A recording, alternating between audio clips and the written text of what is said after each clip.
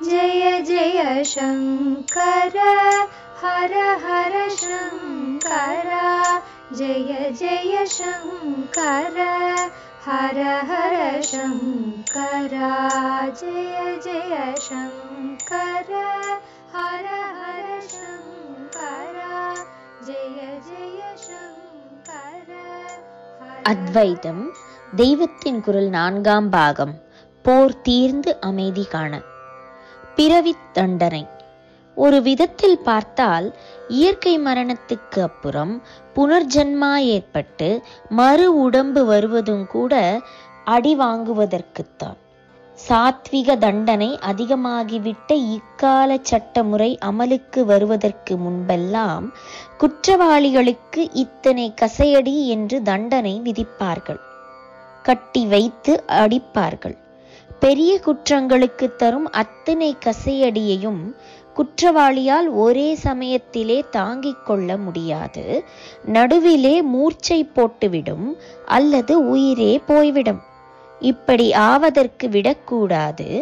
ஒவ்வொரு கசையடியையும் அவன் அனுபவித்து கஷ்டப்பட வேண்டும். அப்போதுதான் தண்டனை பெற்றதாகும் என்ற அபிப்பிராயம் அப்போது நியாய பரிபாலனமாக நினைக்கப்பட்டது. அதனால் என்ன பண்ணுவார்கள் என்றால், பக்கத்தில் ஒரு வைத்தியரை வைத்துக் கொண்டே அடிக்க ஆரம்பிப்பார்கள். அவர் குற்றவாளியை அவ்வப்போது பரீட்சித்து கொண்டே இருப்பார். ஏதோ ஒரு கட்டத்தில் அதற்கு மேல் ஸ்மரணையோடு வலியை அனுபவிக்க முடியாது என்றோ பிராணன் போய்விடும் என்றோ அவருக்கு தெரிந்தால் உடனே இதோடு இன்றைக்கு போதும், நாளைக்கு அப்புறம் மீந்தால் அதன் பின்வரும் நாட்களில் பாக்கி அடி கொடுக்கலாம் என்று சொல்வார். அப்படியே நிறுத்தி விடுவார்கள். அப்புறம் குற்றவாளிக்கு ஆகாரம் போடுவார்கள். நல்ல ஆகாரமாகவே போடுவார்கள். அப்போதுதானே அடி வாங்க சக்தி இருக்கும். அப்புறம் நன்றாக தூங்கவும் பண்ணுவார்கள். இந்த உபச்சாரம் எல்லாம் மறுபடி தண்டனை தருவதற்காகவே தான். மறுநாள் மறுபடி பூசை ஆரம்பித்து விடுவார்கள். அந்த மாதிரிதான் நாம் பண்ணின பாபங்களை அனுபவிக்க உடம்பை கொடுத்து கஷ்டங்கள் என்கிற கசையடிகளை பகவான் கொடுக்கிறார். இந்த உடம்பு அதற்கு மேலே தாங்காது என்று அவர் நினைக்கிற கட்டத்தில் சாவை அனுப்பி வைக்கிறார்.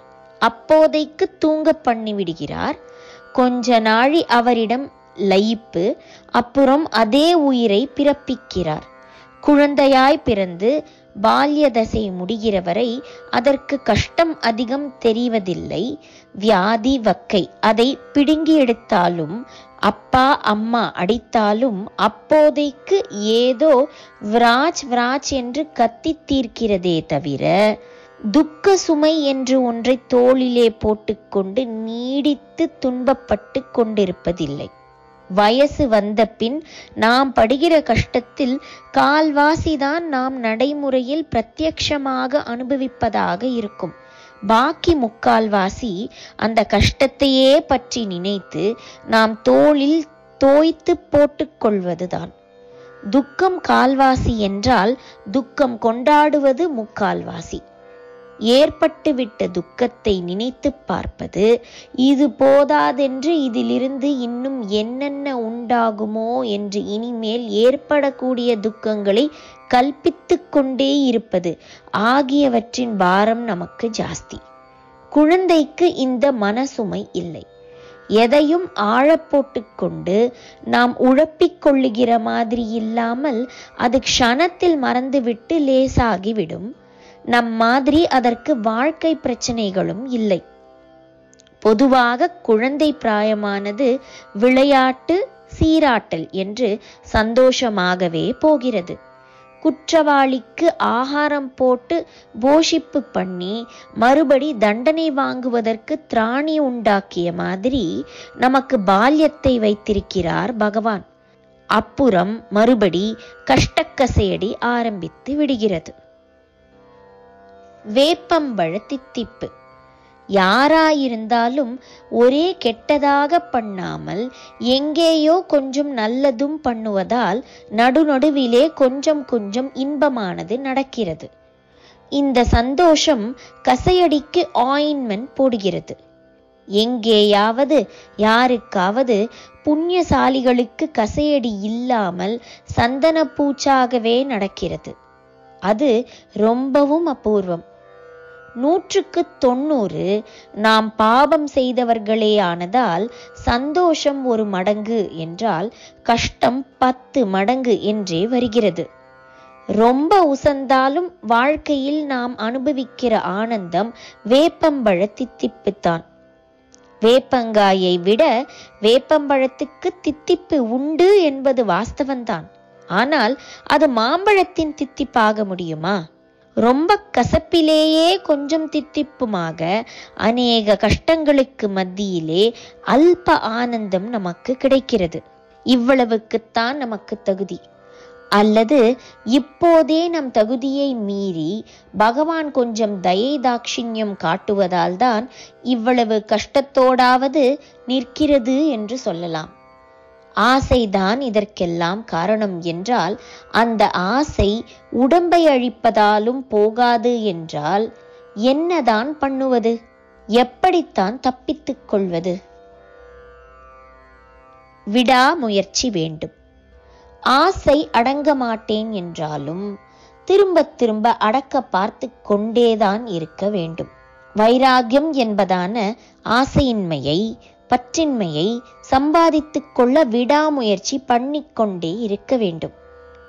ஏனென்றால் ஆசை என்ற இந்த ஒரே ஒரு சத்ருவை எப்படியோ ஒரு தினசில் எப்பாடுபட்டாவது நாம் ஒழித்து கட்டிவிட்டால் போதும். அப்புறம் நாம் ராஜாதான். ராஜா என்றால் இந்த உலகத்துக்கு ராஜா இல்லை. அவனுக்கு உள்ள ஆசையும் தொல்லையும் நமக்கு வேண்டவே வேண்டாம். நான் சொல்வது ஆசை தொல்லை கிட்டேயே வராத சாஸ்வத சாந்தத்தை உடைய ராஜா. பல 100,000 கெட்ட விருத்திகளை ஒவ்வொன்றாய் அடக்க பார்த்து பிரயோஜனம் இல்லை. அது முடியாத காரியம். ஆகையால் அவை கிளைகள் என்றால் அவற்றுக்கு வேறாக உள்ள ஆசை என்ற ஒன்றை வெட்டிவிட்டால் போதும். ஆனால் வெளியே நீண்டிருக்கும் கிளையை வெட்டுவதை விட உள்ளே புதைந்துள்ள வேரை தோண்டி அழிப்பது ரொம்பவும் கஷ்டம்தான். இருந்தாலும் இதை செய்யாவிட்டால் வெட்டிய கிளைகள் மறுபடி முளைத்து கொண்டுதான் இருக்கும் என்பதால் எப்படியாவது இதை சாதிக்கத்தான் வேண்டும். கரையான் புற்று வைக்கிறது, அதை உடைக்கிறோம். அடுத்த வாரம் பார்த்தால் அது மறுபடி முளைத்திருக்கிறது. மறுபடி தட்டி விடுகிறோம். அதற்கப்புறம் சில நாள் போனால் புற்று மறுபடியும் கிளம்பித்தான் இருக்கிறது. இதற்கு முடிவு எப்படி?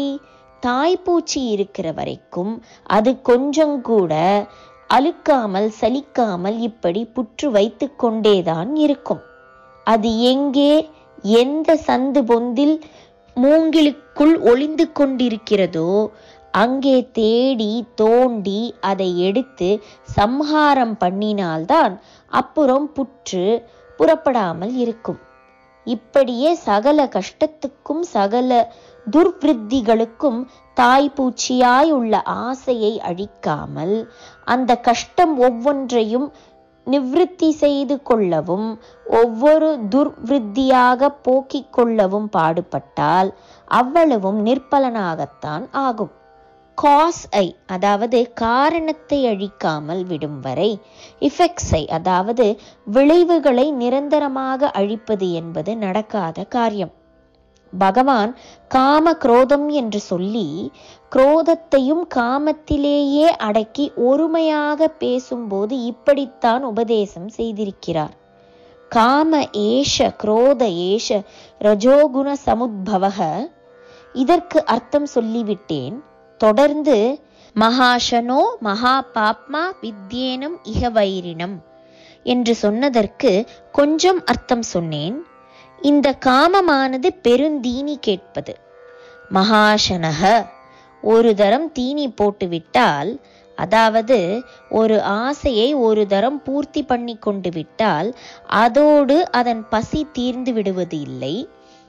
சாப்பாட்டு விஷயத்தில் எப்படி ஒரு வேளை போஜனம் செய்தால் சாஸ்வதமாய் நம் வயிறு நிரம்புவது என்றில்லாமல் தினம் 3 வேளை 4 வேளை சாப்பிட வேண்டி இருக்கிறதோ அப்படியேதான் ஆசை பசியும் எத்தனை தடவை தீர்த்து கொண்டாலும் தீராமல் மறுபடி எழும்புகிறது.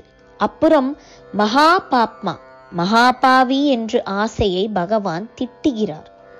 நம்முடைய அத்தனை பாப பட்டாளத்துக்கும், அதாவது கெட்ட விருத்திகளான அசுரப்படைக்கும் இதுதானே உற்பத்தி ஸ்தானம். அதனால் மகாபாப்மா வித்யேனம் இகவைரினம், வித்தி ஏனம் இகவைரினம். பொழிப்புரையாய் சொன்னால் இக ஏனம் வைரினம் வித்தி. இக இந்த உலகத்திலே, சம்சாரத்திலே, ஏனம் இதை இந்த காமத்தை, வைரினம் விரோதியாக, வித்தி அறிந்து கொள்.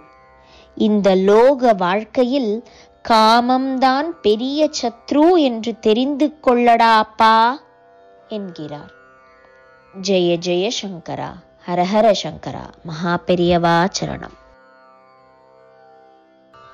जय जय शङ्कर हर हर शङ्करा, जय जय शङ्कर हर हर शङ्करा, जय जय शङ्कर हर हर शङ्करा.